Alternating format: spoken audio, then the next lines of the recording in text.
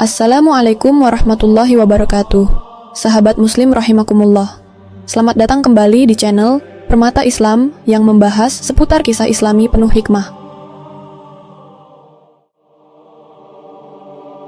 Pernahkah Anda merasakan bahwa tahun 2026 ini membawa atmosfer yang berbeda? Bukan sekadar pergantian kalender, tetapi seperti perubahan tekanan yang tidak terlihat. Perlahan, sunyi, namun menekan dari segala arah.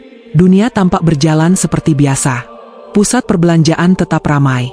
Pasar saham masih bergerak. Media sosial tetap dipenuhi hiburan tanpa henti. Namun di balik semua itu, ada getaran halus yang tidak bisa diabaikan. Seolah-olah sesuatu sedang bergeser. Selama puluhan tahun, manusia hidup dalam keyakinan bahwa sistem global telah mapan. Demokrasi dianggap sebagai jawaban terbaik. Kapitalisme dipuja sebagai mesin kemakmuran. Teknologi diakini sebagai penyelamat umat manusia dari segala keterbatasan. Kita tumbuh dengan narasi bahwa dunia semakin maju, semakin stabil, semakin terkendali. Tetapi 2026 terasa seperti tahun ketika ilusi itu mulai retak. Bukan karena satu peristiwa besar, melainkan karena terlalu banyak peristiwa kecil yang terjadi bersamaan. Krisis ekonomi yang tak kunjung selesai. Konflik geopolitik yang melebar ke berbagai kawasan. Ketegangan antar negara yang tidak lagi bisa ditenangkan hanya dengan diplomasi. Semua bergerak dalam frekuensi yang sama, frekuensi ketidakpastian. Dan yang paling mencolok bukan hanya perang fisik. Dunia sedang mengalami bentuk perang yang lebih halus namun lebih berbahaya. Perang pikiran. Narasi saling bertabrakan. Informasi membanjir tanpa filter. Kebenaran dan kebohongan bercampur hingga sulit dibedakan. Yang benar dicurigai, yang salah dibela mati-matian. Manusia modern hidup dalam kabut informasi yang tebal. Setiap hari kita disuguhi opini, propaganda, dan agenda tersembunyi. Seakan-akan realitas sedang dibentuk bukan oleh fakta, tetapi oleh siapa yang paling keras bersuara. Inilah fase di mana manusia tidak lagi kebingungan karena kurangnya informasi, melainkan karena terlalu banyak informasi. Dalam kondisi seperti ini, hati menjadi letih, akal menjadi ragu, kepercayaan runtuh perlahan. Banyak orang mulai mempertanyakan sistem yang dulu mereka bela. Banyak yang mulai merasakan bahwa ada sesuatu yang tidak beres dalam fondasi dunia ini.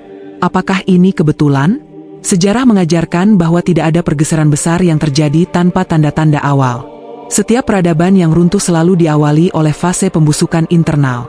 Bukan serangan dari luar yang pertama kali merobohkannya, melainkan kelemahan dari dalam. Tahun 2026 menunjukkan gejala yang serupa. Bukan sekadar krisis ekonomi, tetapi krisis makna. Bukan sekadar konflik politik, tetapi krisis kepercayaan. Dunia tidak hanya kehilangan stabilitas, ia kehilangan arah. Rasa gelisah yang muncul di dada banyak orang bukan sekadar efek media sosial atau tekanan hidup modern. Ia adalah intuisi.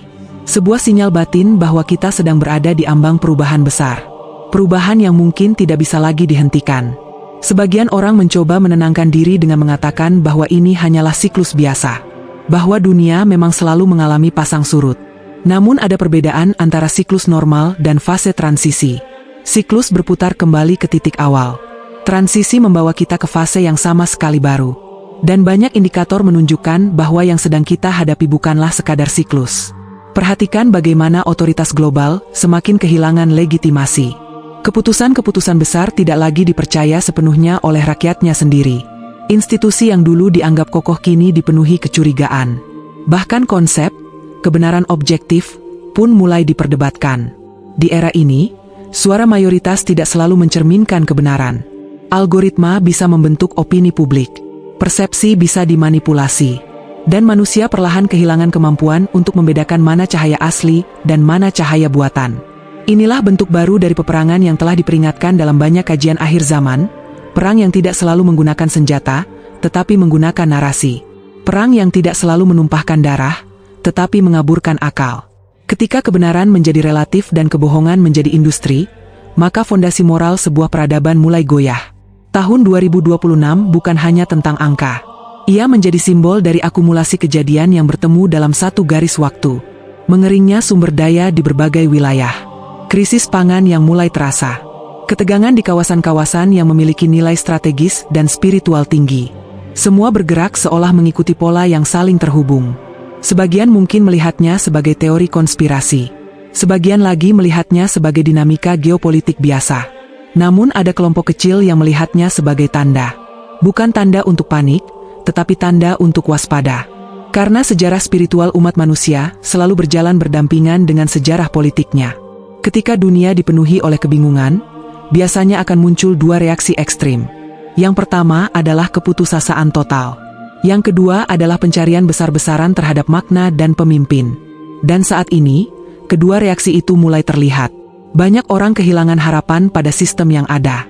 Mereka merasa tidak lagi diwakili, tidak lagi dilindungi, tidak lagi didengar.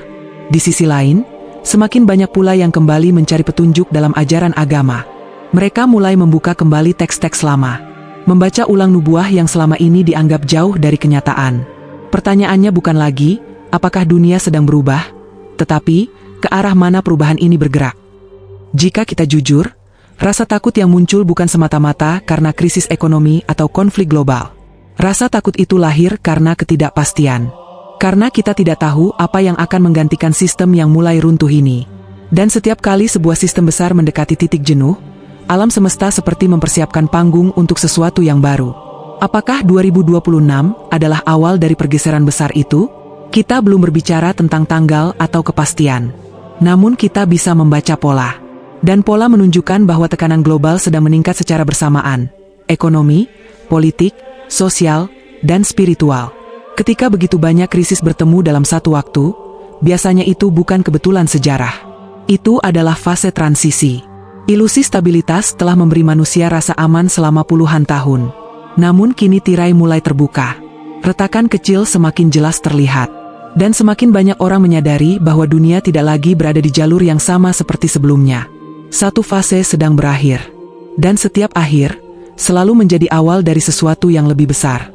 Namun sebelum awal itu benar-benar tampak, manusia hampir selalu dipaksa menyaksikan runtuhnya apa yang selama ini ia percaya kokoh. Runtuhnya sistem bukanlah peristiwa yang terjadi dalam satu malam. Ia bergerak seperti karat pada baja, perlahan, senyap, menggerogoti dari dalam hingga suatu hari rangka itu tak lagi mampu menahan beban. Tahun 2026 menghadirkan tekanan ekonomi yang tidak lagi bisa disebut fluktuasi biasa. Inflasi bukan sekadar angka statistik dalam laporan bank sentral. Ia menjelma menjadi kenyataan pahit di meja makan. Harga kebutuhan pokok melonjak, daya beli melemah, kelas menengah terjepit di antara cicilan dan biaya hidup yang terus membengkak. Di banyak negara, orang bekerja lebih keras namun merasa semakin miskin. Pertumbuhan ekonomi dipuji dalam konferensi internasional, tetapi kesejahteraan terasa menjauh dari kehidupan sehari-hari. Ketidakpastian menjadi kata yang paling sering terdengar dalam diskusi keuangan global. Pasar saham bergerak liar. Mata uang melemah. Utang negara menumpuk tanpa arah penyelesaian yang jelas. Negara-negara besar saling berlomba mengamankan kepentingan mereka sendiri, sementara negara-negara kecil terombang-ambing di antara tekanan geopolitik dan ketergantungan ekonomi. Sistem yang selama ini dianggap stabil ternyata rapuh, karena berdiri di atas kepercayaan. Dan ketika kepercayaan mulai runtuh, fondasinya ikut retak. Bersamaan dengan itu, dunia memasuki fase digitalisasi total dalam sektor keuangan. Transaksi semakin jarang menggunakan uang fisik. Angka-angka di layar menggantikan lembaran kertas dan logam. Mata uang digital diperkenalkan sebagai solusi modern, efisien, transparan, dan cepat. Namun di balik kemudahan itu tersimpan potensi kendali yang belum pernah terjadi sebelumnya dalam sejarah manusia. Ketika seluruh aset berada dalam sistem digital, akses terhadap harta seseorang dapat dibatasi hanya dengan satu kebijakan. Ketika transaksi tercatat secara real-time, kebebasan finansial menjadi relatif. Kontrol berpindah dari tangan individu ke sistem terpusat yang bisa diprogram. Bukan lagi sekadar soal beli dan jual, tetapi soal siapa yang memegang saklar utama. Banyak yang melihatnya sebagai kemajuan. Namun ada pula yang mulai menyadari bahwa sistem ini bisa menjadi alat tekanan yang halus namun efektif. Ketika ekonomi tidak lagi netral, melainkan menjadi instrumen kebijakan dan kekuasaan, maka manusia perlahan kehilangan kedaulatannya. Pada saat yang sama, fondasi ekonomi modern, yang selama ini bertumpu pada utang berbunga dan ekspansi tanpa batas, mulai menunjukkan kejenuhan. Sistem riba, yang menjadi tulang punggung peradaban finansial global, menciptakan siklus pertumbuhan semu. Kekayaan terkonsentrasi pada segelintir pihak, sementara mayoritas berjuang mempertahankan stabilitas hidup. Gelembung demi gelembung ekonomi pernah pecah dalam sejarah. Namun kini skalanya global. Ketika utang melebihi kapasitas real untuk membayarnya, Ketika uang dicetak tanpa sandaran nilai yang nyata, ketika pasar digelembungkan oleh spekulasi, maka sistem itu tidak membutuhkan musuh dari luar untuk runtuh. Ia akan jatuh oleh beban yang ia ciptakan sendiri. Manusia mulai merasakan bahwa ada yang tidak beres. Mereka bekerja dalam sistem yang seolah dirancang untuk membuat mereka terus berlari tanpa pernah benar-benar sampai. Cicilan rumah, kredit kendaraan, pinjaman pendidikan, kartu kredit, semua membentuk jaring yang sulit dilepaskan. Banyak yang sadar bahwa mereka bukan lagi pemilik hidupnya sepenuhnya, melainkan bagian dari mesin ekonomi yang tak pernah berhenti berputar. Di titik inilah muncul kelelahan kolektif. Kepercayaan pada ideologi modern mulai terkikis. Demokrasi dipertanyakan ketika suara rakyat tidak selalu menghasilkan kebijakan yang adil. Kapitalisme dipertanyakan ketika kesenjangan melebar dan kesempatan tidak lagi merata. Bahkan konsep kebebasan individu terasa terbatas ketika sistem ekonomi menentukan ruang gerak seseorang. Manusia modern menghadapi paradoks. Teknologi semakin canggih, tetapi rasa aman semakin tipis. Informasi semakin cepat, tetapi kebingungan semakin dalam. Kekayaan global meningkat, tetapi ketenangan jiwa menurun. Rasa putus asa perlahan tumbuh. Bukan putus asa yang dramatis dan penuh teriakan, melainkan putus asa yang sunyi.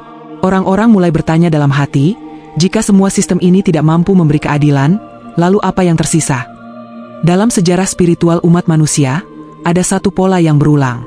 Pertolongan besar seringkali datang bukan saat manusia masih merasa mampu, tetapi saat mereka menyadari ketidakmampuannya.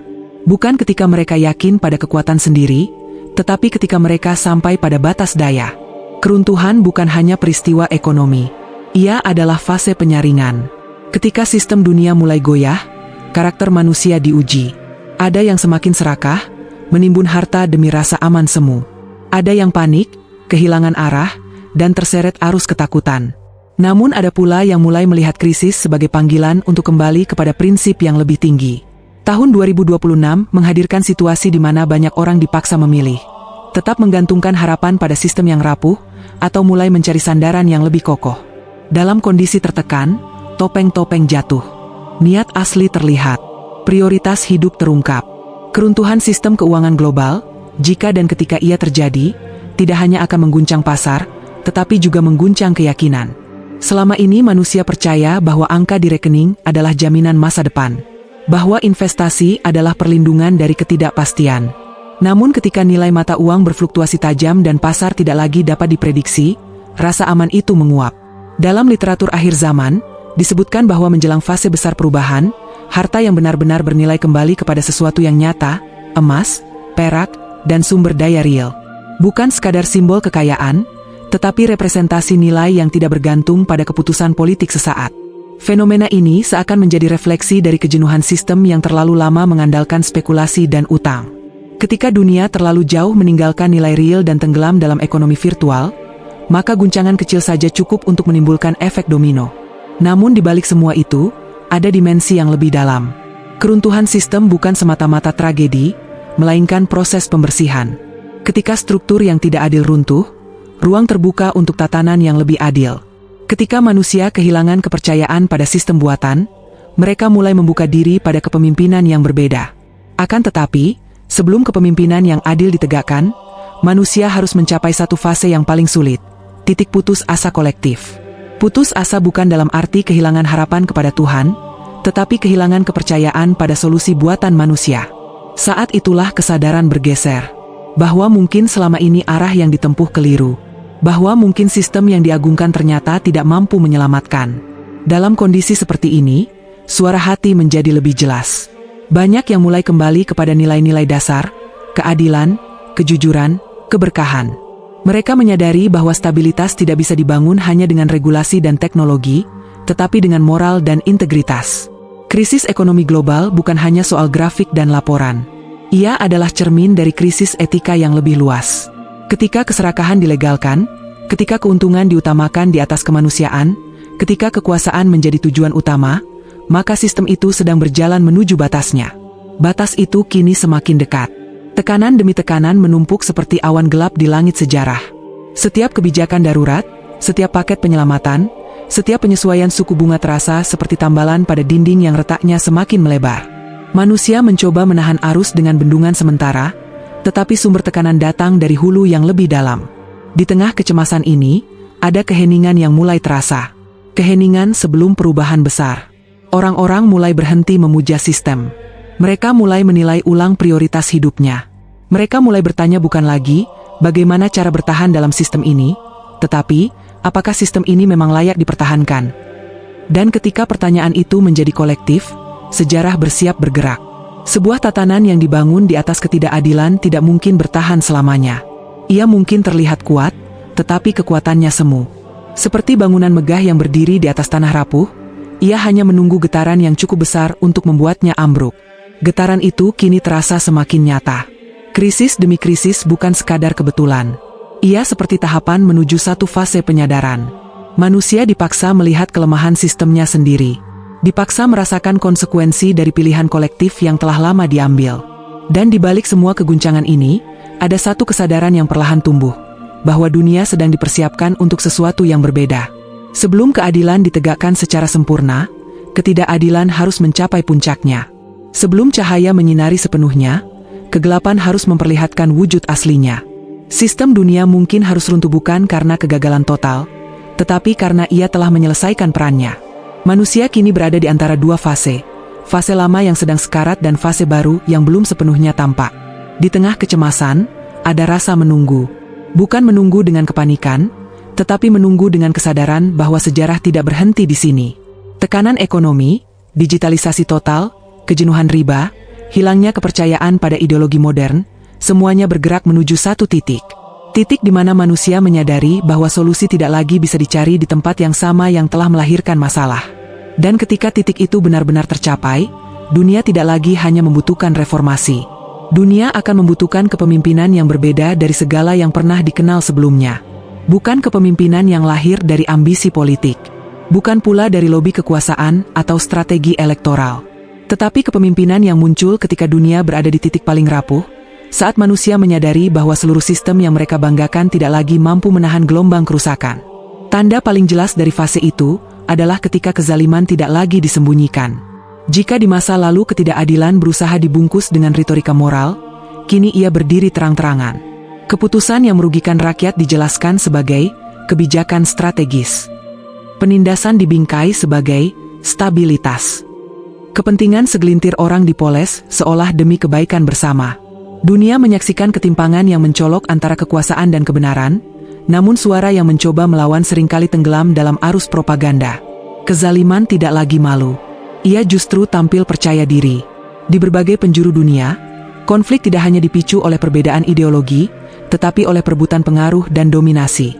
Negara-negara besar memainkan peran catur geopolitik, sementara rakyat biasa menanggung konsekuensinya. Sumber daya diperebutkan. Wilayah strategis dipertahankan dengan segala cara.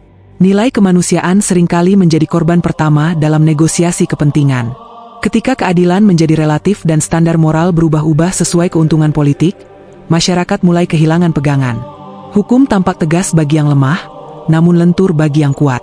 Ini bukan lagi penyimpangan kecil, melainkan pola global yang semakin terlihat jelas. Dalam literatur akhir zaman, digambarkan bahwa sebelum munculnya pemimpin yang adil, bumi akan dipenuhi oleh kezaliman. Bukan sekadar ketidakadilan biasa, tetapi penindasan yang terasa luas dan sistemik.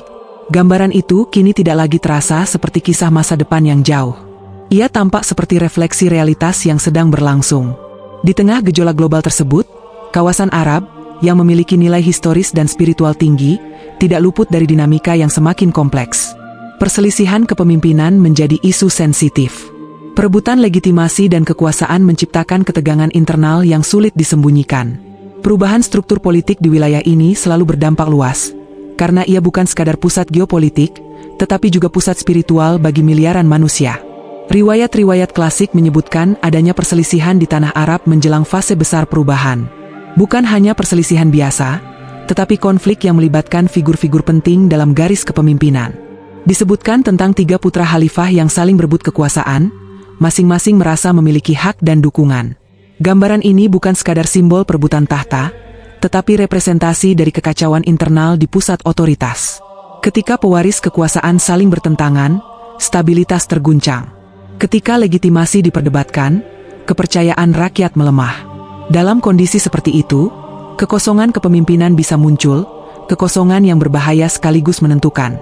Sejarah menunjukkan bahwa setiap kali pusat otoritas melemah, ruang untuk perubahan terbuka. Namun perubahan tidak selalu langsung menghadirkan kebaikan. Ia bisa memunculkan kekacauan sebelum ketertiban baru terbentuk. Selain perselisihan politik, ada pula riwayat tentang gangguan di sekitar Ka'bah, tempat paling suci dalam Islam. Bukan gangguan kecil, tetapi peristiwa yang mengguncang rasa aman umat. Tanah suci yang selama ini menjadi simbol ketenangan dan persatuan, bisa menjadi titik ketegangan. Ka'bah bukan sekadar bangunan fisik. Ia adalah pusat orientasi spiritual. Ketika gangguan terjadi di sekitarnya, dampaknya bukan hanya emosional, tetapi simbolis. Ia menandakan bahwa dunia sedang memasuki fase yang tidak biasa. Bahwa bahkan tempat paling suci pun tidak luput dari ujian. Riwayat juga menyebutkan bahwa di antara rukun Yamani dan makam Ibrahim akan terjadi bayat kepada seorang lelaki yang pada awalnya tidak mencari kekuasaan. Ia tidak tampil sebagai kandidat. Ia tidak membangun kampanye. Ia tidak membentuk partai atau gerakan politik besar. Ia justru digambarkan sebagai seseorang yang enggan, yang merasa tidak pantas, yang bahkan mencoba menghindari sorotan. Ini berbeda dari pola kepemimpinan modern yang seringkali didorong oleh ambisi dan pencitraan. Figur yang dinubuatkan ini justru dipilih oleh keadaan, didorong oleh krisis, diangkat oleh desakan umat yang kelelahan mencari solusi. Sebelum itu terjadi, disebutkan pula tentang munculnya panji-panji hitam dari timur. Simbol ini sering dipahami secara harfiah maupun simbolis. Ia bisa merujuk pada pergerakan dari wilayah timur yang membawa semangat perubahan. Namun secara spiritual, panji hitam melambangkan fase perjuangan, keseriusan, dan komitmen. Hitam bukan warna kegelapan semata. Ia adalah warna ketegasan. Warna yang menyerap cahaya dan memantulkannya kembali dalam bentuk yang berbeda. Dalam konteks nubuah, ia menjadi tanda bahwa arus perubahan tidak datang dari pusat kekuasaan lama, melainkan dari arah yang tidak selalu diperhitungkan. Panji-panji itu tidak berdiri sendiri. Ia adalah bagian dari rangkaian peristiwa yang saling terhubung. Ketika kezaliman memuncak, ketika perselisihan kepemimpinan terjadi, ketika gangguan menyentuh pusat spiritual, dan ketika gerakan dari timur mulai terlihat, garis-garis yang terpisah itu mulai membentuk pola. Pola itu tidak selalu jelas bagi semua orang. Banyak yang melihatnya sebagai kebetulan sejarah. Banyak pula yang menganggapnya sebagai tafsir berlebihan. Namun bagi mereka yang mempelajari riwayat dan membaca tanda zaman dengan hati yang waspada, ada benang merah yang sulit diabaikan. Figur yang kelak dikenal sebagai Al-Mahdi digambarkan tidak mencari panggung. Ia bukan tokoh yang muncul dari pusat gemerlap kekuasaan. Ia tidak dikenal sebagai elit politik global. Ia lebih dekat dengan rakyat, hidup di tengah realitas yang sama, merasakan tekanan zaman yang sama. Ketika bayat terjadi, ia bukan hasil kesepakatan diplomatik, melainkan desakan situasi. Dunia berada dalam kekacauan yang memuncak. Manusia kehilangan kepercayaan pada sistem lama. Mereka merindukan keadilan yang tidak manipulatif, kepemimpinan yang tidak transaksional. Momen itu bersifat sakral sekaligus tegang. Sakral karena ia terjadi di tanah suci, di antara tempat-tempat yang memiliki makna spiritual mendalam. Tegang karena ia muncul di tengah krisis global yang belum sepenuhnya mereda. Keputusan untuk berbayat bukan keputusan ringan. Ia lahir dari kebutuhan mendesak akan arah baru. Semua tanda ini, kezaliman yang meluas, perselisihan di pusat kepemimpinan Arab, simbol panji hitam dari timur, gangguan di sekitar Ka'bah, figur yang enggan namun didesak untuk memimpin, tidak berdiri sendiri. Mereka seperti potongan puzzle yang tersebar di berbagai sudut sejarah. Ketika potongan-potongan itu mulai saling mendekat, gambarnya perlahan terlihat. Namun fase ini juga menjadi masa penyaringan. Tidak semua orang mampu membaca tanda dengan jernih. Tidak semua siap menerima perubahan yang tidak sesuai ekspektasi mereka. Sebagian mungkin menolak karena terlalu terikat pada sistem lama. Sebagian lagi mungkin terburu-buru mengklaim kepastian tanpa kehati-hatian. Di tengah misteri dan ketegangan ini, suasana dunia terasa berbeda. Seperti berada di ambang peristiwa besar yang belum sepenuhnya terungkap. Orang-orang mulai memperhatikan perkembangan di tanah Arab dengan lebih serius. Setiap konflik, setiap perubahan kepemimpinan, setiap ketegangan di wilayah suci dianalisis dengan kacamata yang lebih dalam. Bukan untuk mencari sensasi, tetapi untuk memahami apakah garis nubuah itu benar-benar mulai terbentuk. Dan semakin hari, semakin banyak yang menyadari bahwa pola itu tidak lagi abstrak. Ia mulai memiliki bentuk. Belum sempurna, belum final, tetapi cukup jelas untuk membuat hati bergetar. Di satu sisi, dunia masih sibuk dengan urusan ekonomi dan politiknya. Di sisi lain, Lapisan spiritual sejarah sedang bergerak pelan namun pasti. Dua arus ini berjalan berdampingan, arus geopolitik dan arus nubuah. Ketika keduanya bertemu dalam satu titik, perubahan besar menjadi tak terhindarkan. Namun sebelum perubahan itu menampakkan wajah aslinya, akan ada satu fase yang jauh lebih membingungkan daripada sekadar krisis ekonomi atau konflik politik. Fase ketika kebenaran tidak langsung hadir sebagai cahaya terang, tetapi harus bersaing dengan cahaya-cahaya palsu yang tampak lebih memikat. Sejarah selalu memperlihatkan pola yang sama. Setiap kali umat manusia berada di ambang kebangkitan besar, muncul pula figur-figur yang menawarkan solusi instan. Mereka berbicara tentang keadilan, tentang pembebasan, tentang sistem baru yang lebih baik. Retorika mereka kuat. Karisma mereka memikat. Dukungan terhadap mereka tumbuh cepat, karena dunia memang sedang lapar akan harapan. Di masa seperti ini, pemimpin palsu tidak datang dengan wajah menyeramkan. Mereka datang dengan senyum, dengan janji, dengan visi yang terdengar masuk akal. Mereka membaca kegelisahan masyarakat dan mengemas jawaban sesuai selera publik. Mereka tidak selalu sadar bahwa mereka bagian dari penyaringan, tetapi keberadaan mereka menjadi ujian. Ideologi palsu pun bermunculan. Sebagian menawarkan utopia tanpa spiritualitas. Sebagian lagi menjanjikan stabilitas dengan harga kebebasan. Ada yang mengemas moralitas dalam kemasan nasionalisme ekstrim. Ada pula yang membungkus ambisi global dalam slogan kemanusiaan. Semua terlihat meyakinkan di permukaan. Inilah saat di mana cahaya palsu menyala paling terang. Cahaya palsu tidak pernah hadir dalam bentuk kegelapan total. Ia justru bersinar. Ia membuat orang merasa tercerahkan, padahal sebenarnya hanya silau. Seperti lampu sorot yang menyilaukan mata sehingga seseorang tidak mampu melihat matahari yang sesungguhnya. Bayangkan seseorang yang hidup lama dalam ruangan gelap. Ketika lampu neon dinyalakan tiba-tiba, ia akan mengira itulah sumber cahaya terbaik yang pernah ada. Padahal di luar sana, ada matahari yang jauh lebih kuat, lebih hangat, dan lebih hakiki. Tetapi untuk keluar menuju matahari, ia harus berani meninggalkan kenyamanan ruang tertutupnya. Di fase inilah hati menjadi penentu. Bukan kecerdasan semata yang menentukan siapa yang mampu mengenali kebenaran. Banyak orang cerdas yang justru terseret oleh cahaya palsu, karena terlalu percaya pada analisis rasionalnya sendiri. Yang menentukan adalah kejernihan hati. Hati yang tidak terikat pada kepentingan duniawi. Hati yang tidak silau oleh janji kekuasaan atau keuntungan materi. Penyaringan terjadi secara halus namun tegas. Ada yang memilih kenyamanan sementara. Ada yang memilih keamanan sistem baru meskipun di baliknya tersembunyi kendali yang lebih kuat.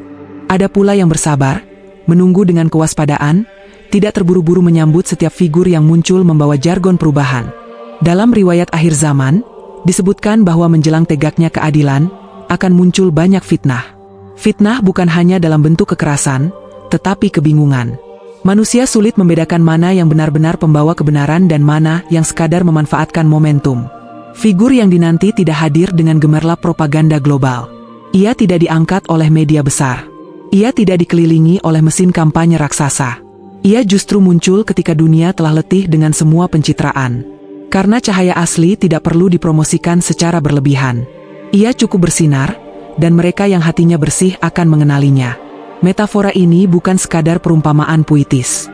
Ia adalah realitas psikologis dan spiritual. Manusia cenderung tertarik pada sesuatu yang instan dan spektakuler. Namun kebenaran seringkali hadir dengan kesederhanaan yang tidak menarik perhatian banyak orang.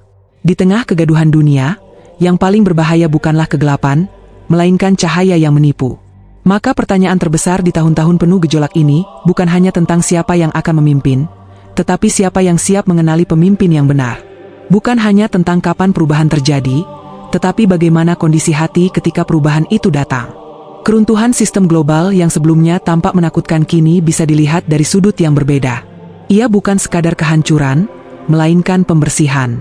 Sistem yang terlalu lama berdiri di atas ketidakadilan memang harus diguncang agar manusia menyadari kelemahannya. Tanpa guncangan, manusia akan terus merasa cukup dengan ilusi stabilitas. Tanpa krisis, mereka tidak akan pernah mempertanyakan fondasi hidupnya. Tanpa kehilangan, mereka tidak akan mencari yang lebih hakiki. Disinilah rahmat tersembunyi itu berada. Ketika sistem ekonomi goyah, manusia dipaksa mengurangi ketergantungannya pada materi. Ketika ideologi modern kehilangan daya pikatnya, manusia mulai mencari nilai yang lebih abadi. Ketika pemimpin-pemimpin dunia saling bersaing tanpa memberikan ketenangan, hati mulai merindukan kepemimpinan yang jujur dan bersih. Persiapan untuk menghadapi fase ini bukanlah persiapan logistik semata, tetapi persiapan batin. Ukhuwah menjadi penting karena di tengah kekacauan, manusia membutuhkan komunitas yang saling menguatkan. Persaudaraan yang tidak dibangun atas kepentingan politik atau ekonomi, tetapi atas iman dan nilai bersama. Al-Quran kembali menjadi kompas. Bukan hanya dibaca, tetapi dipahami dan dihidupkan. Di dalamnya terdapat pola sejarah, peringatan tentang umat terdahulu, dan janji tentang kemenangan kebenaran setelah masa sulit. Ketika dunia dipenuhi narasi kontradiktif, wahyu menjadi referensi yang stabil. Selawat menjadi pengikat hati dengan sosok yang telah memberi teladan tentang bagaimana menghadapi fitnah zaman. Mengingat perjalanan Rasulullah bukan sekadar ritual, tetapi sumber kekuatan psikologis dan spiritual. Karena sejarah kenabian pun penuh tekanan, pengkhianatan, dan penolakan sebelum akhirnya kemenangan datang. Kejernihan batin menjadi benteng paling kokoh. Ia dibangun melalui kejujuran kepada diri sendiri, melalui taubat, melalui usaha membersihkan niat. Ketika hati tidak dipenuhi ambisi dunia, ia lebih mudah mengenali cahaya yang asli. Tahun 2026 dan fase yang mengiringinya tidak hanya tentang keruntuhan dan tanda-tanda. Ia tentang kesiapan. Tentang siapa yang tetap teguh ketika dunia menawarkan banyak alternatif yang tampak menggiurkan namun menyesatkan. Momen ini terasa menegangkan sekaligus intim. Menegangkan karena perubahan besar selalu membawa ketidakpastian. Intim karena setiap orang sebenarnya sedang diuji secara personal. Ujian itu tidak selalu terlihat di layar berita, tetapi terasa di dalam dada. Ada yang semakin takut kehilangan harta. Ada yang semakin cemas kehilangan posisi. Ada pula yang justru merasa ringan karena menyadari bahwa yang benar-benar penting tidak bisa dirampas oleh krisis global. Di tengah semua ini, harapan tidak hilang. Justru ia sedang dipersiapkan. Cahaya asli mungkin belum tampak sepenuhnya, tetapi tanda-tandanya semakin jelas. Dunia yang dipenuhi kezaliman sedang bergerak menuju titik jenuh. Sistem yang tidak adil sedang menunjukkan kelemahannya sendiri. Pemimpin palsu mungkin bermunculan, tetapi mereka tidak akan mampu bertahan ketika realitas menguji janji-janji mereka. Yang tersisa pada akhirnya adalah kebenaran yang kokoh. Maka 2026 tidak perlu dibaca hanya sebagai tahun krisis. Ia bisa dipahami sebagai ambang transisi. Sebagai gerbang menuju fase di mana kepemimpinan tidak lagi dibangun di atas manipulasi, tetapi amanah. Di mana keadilan bukan sekadar slogan, tetapi ditegakkan dengan keberanian. Setiap guncangan yang terjadi saat ini bisa jadi adalah bagian dari proses melahirkan tatanan baru. Seperti malam yang paling gelap sebelum fajar, tekanan terbesar seringkali mendahului cahaya paling terang. Di antara kecemasan dan harapan, sejarah sedang bergerak. Dan di tengah gerak itu, manusia diberi kesempatan untuk memilih. Terjebak dalam cahaya palsu yang memikat, atau bersabar menanti matahari yang sesungguhnya terbit. Karena ketika matahari itu benar-benar muncul, ia tidak hanya menerangi dunia, ia juga menghangatkan hati yang sejak awal telah bersiap menerimanya.